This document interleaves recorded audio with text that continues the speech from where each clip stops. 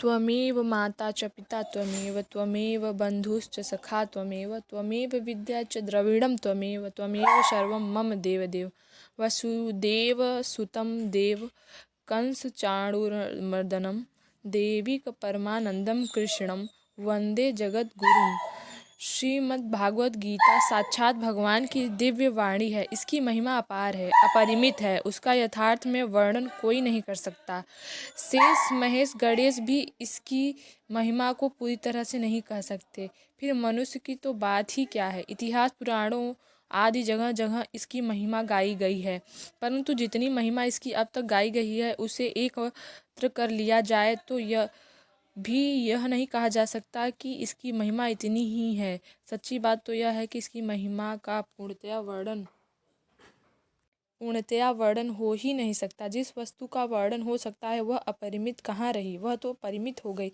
गीता एक परम रहस्यमय ग्रंथ है। इसमें संपूर्ण वेदों का सार संग्रह किया गया है। इसकी रचना इतनी सरल और सुंदर है कि थोड़ा अभ्यास करने से भी मनुष्य इसको सहज ही समझ सकता है, परंतु इसका आशय इतना गूढ़ और गंभीर है कि आजीवन निरंतर अभ्यास करते रहने पर भी उसका अंत नहीं आता।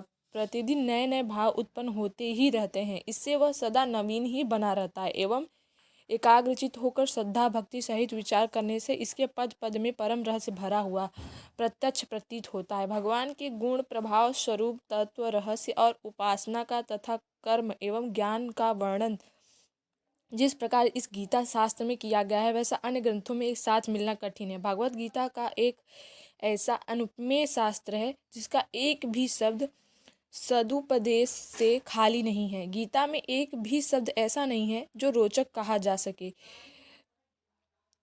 इसमें जितनी बातें कही गई वे सभी अक्षरशः यथार्थ हैं। सत्य स्वरूप भगवान की वाणी में रोचकता की कल्पना करना उसका निरादर करना है। गीता सर्वशास्त्रमयी है। गीता में सारे शास्त्रों का सार भरा हुआ है। इसे सारे शास्त्रों का खजाना कहें तो भी अत्युक्ति न होगी। गीता का भली भांति ज्ञान हो तो भी अत्युक्ति न होगी।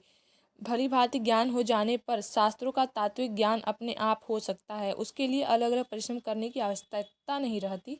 महाभारत में भी कहा है सर्वशास्त्रमयी गीता, परंतु इतना ही कहना पर्याप्त नहीं है, क्योंकि सारे शास्त्रों की उत्पत्ति वेदों से हुई। वेदों का प्राकट्य भगवान ब्रह्मा जी के मुख से हुआ और ब्रह्मा जी भगवान के नाभि के कमल से उत्पन्न हुए। इस प्रकार शास्त्रों और भगवान के बीच में बहुत अधिक व्यवधान पड़ गया है, किंतु गीता तो